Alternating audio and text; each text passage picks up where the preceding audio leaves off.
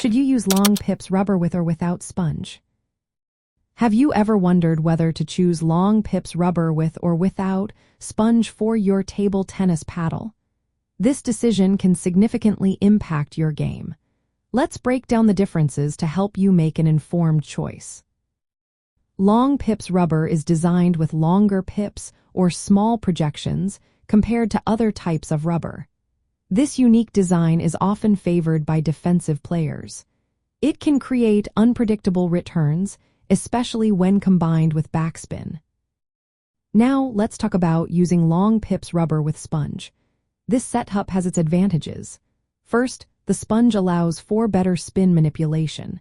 This means you can return serves with varying spin levels more effectively. Additionally, the sponge helps the ball come off your racket faster. This can be beneficial if you like to attack after a defensive shot. However, keep in mind that this added speed can make control more challenging. The thickness of the sponge plays a role too. Thicker sponges lead to faster ball speeds, while thinner sponges, like those around 0.5 millimeters, provide more control. Many players who focus on stable chopping prefer thinner sponges for this reason. On the other hand, using long pips rubber without sponge, often referred to as ox, offers a different set of benefits. Ox rubbers excel in blocking and creating deceptive shots. They produce less spin and speed, making your opponent's return more predictable.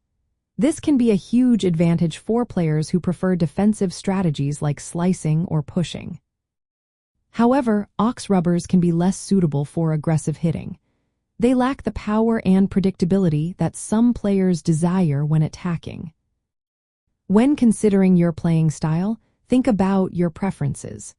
If you are a defensive player who focuses on slicing and making your opponent uncomfortable, an ox long pips rubber might be the better choice.